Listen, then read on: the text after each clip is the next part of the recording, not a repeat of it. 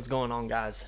It's another installment for beginner guitars and other people trying to get into worship electric guitar. Now, if it is your first time checking out the channel, please make sure to like and subscribe and hit the bell notification. Anytime that I post new content, you will be notified. Also, remember to check out the Hymn Locker, which is a playlist down below that you can check out for different hymns and songs that I am currently trying to just redo and make instrumentals out of.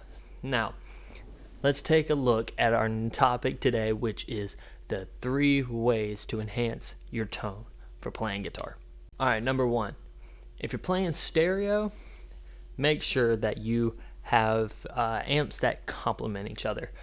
Now, I know that sometimes people will put 2 Voxes, or let's say Vox AC15s together, or 2 Vox AC30s, which is great, that is the same tone. And a lot of times what people will do is they'll push one with a little bit more of the cut and one with a little less of the cut, or they'll use either a Fender style and a Vox style.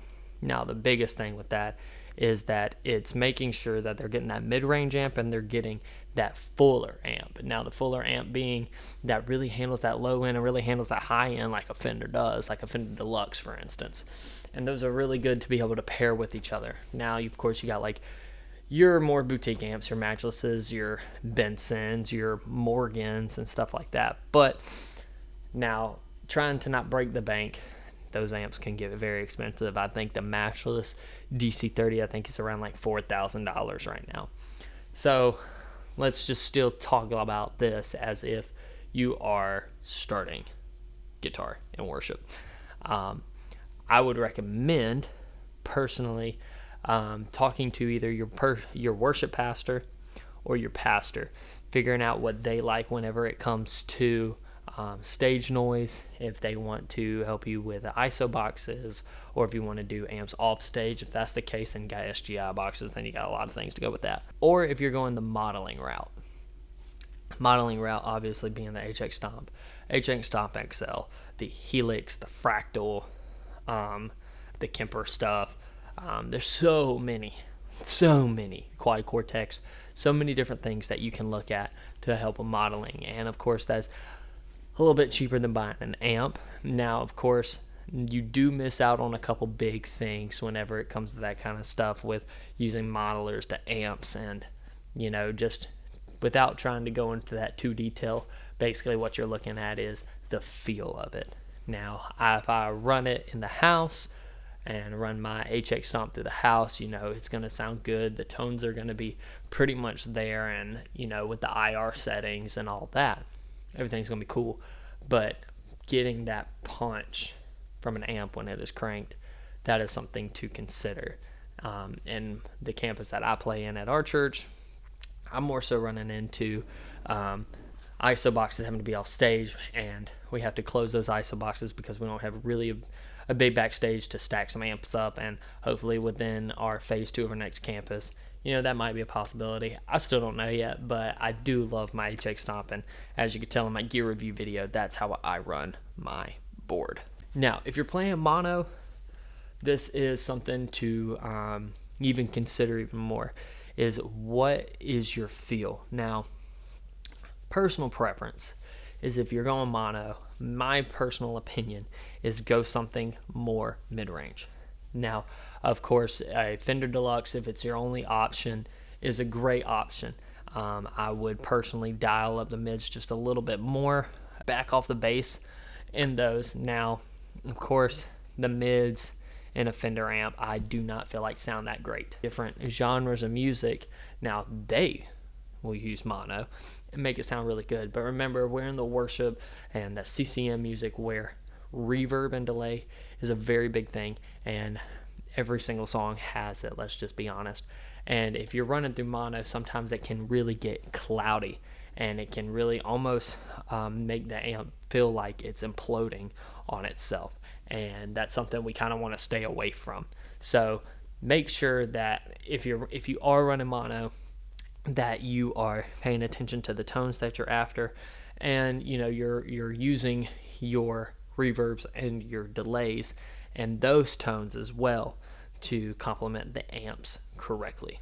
All right, number 2. This one I had to learn the hard way, and that is to quit using so much reverb for your big tone. Now, I played a conference back in, I think, October, and I was playing with a bunch of my guys, but we had some sound guys from Catch the Fire who'd done some stuff with a couple of the Bethel guys. And one of the biggest things they told me was, you want that big, everybody wants that big tone. Everybody knows what I'm talking about. The elephant in the room, David Hislop, all them guys at Bethel and Tone Factor, they got crazy big tone. I used to run so much reverb on my board, and I thought that was the way to get it. And I'd always be fighting this almost lost kind of feel, because I didn't want to use so much that it would get lost in the mix, but it almost felt like I was thinning out my tone too. And I'm like, okay, well, it's loud and it's atmospheric, but it's not big. Well, one of the biggest things that they told me at our that conference was that you probably need to run your gain on your pedals a little bit hotter. I'm going to use less reverb, and I'm going to turn my drives up. Now, whether that means you're pushing the volume on your drives or the gain in the drives, whichever one you decide to do, I just feel like to get better tone and to get that big punch, I feel like that's where you will find that as well. All right, number 3 and the last one.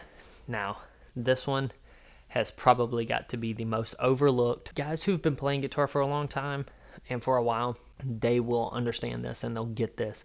And this may seem a little too far out there for some beginners, but if you just take what I say right here, you may get a grasp of this a lot sooner than a lot of us did. The last one is that the secret to great guitar tone is in your hands. Now, you can there's a video where this dude's in Walmart, and y'all know what I'm talking about. Dude's in Walmart playing a little Cars guitar, and it is the most best sound that guitar will probably ever sound.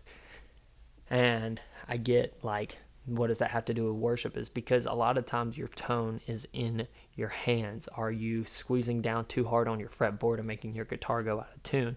And that's why you're not being put in the house. And maybe you're just absolutely just strumming with no regard, and everything is at a 10, and so now you're having to fight your compressor, and you think it's your compressor's fault when it's not your compressor's fault. It's actually your fault. Also, either not fretting the guitar correctly. A lot of times I'll see a lot of guys that they're playing, like, especially beginners, they're playing like C chords and they're playing like the F chord, and they're just not fretting.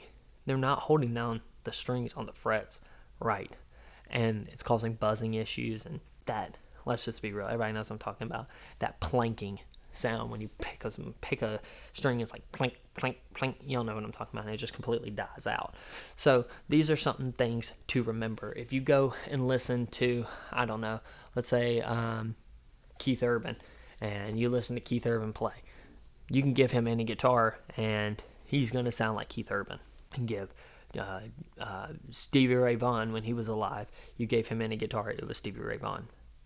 Same with a whole bunch of guitar players, like from, let's say, John Mayer to Lincoln Brewster, to all these guys that are just so Slash, for instance. You can give him any kind of Les Paul, and it just sounds exactly the way he wants it to. And of course that goes with the amps. And if you think about all 3 of these things to benefit your tone, just take a look at them again. Maybe you're thinking that you are doing pretty good, and a lot of times it just comes down to, hey, let's think about this. How many times I've had to go back to my stuff and just be like, let me just reevaluate. Let me check myself. Let me check all the things that I've already checked. So again, thanks for watching.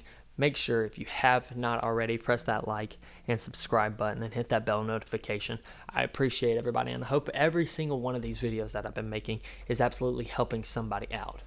And something just cut on. That was a big noise. Anyways, so make sure that you like, subscribe, all that good stuff, and stay tuned, because another installment, the 3rd installment of the Hymn Locker, will be up soon. Thank you so much, and have a great day.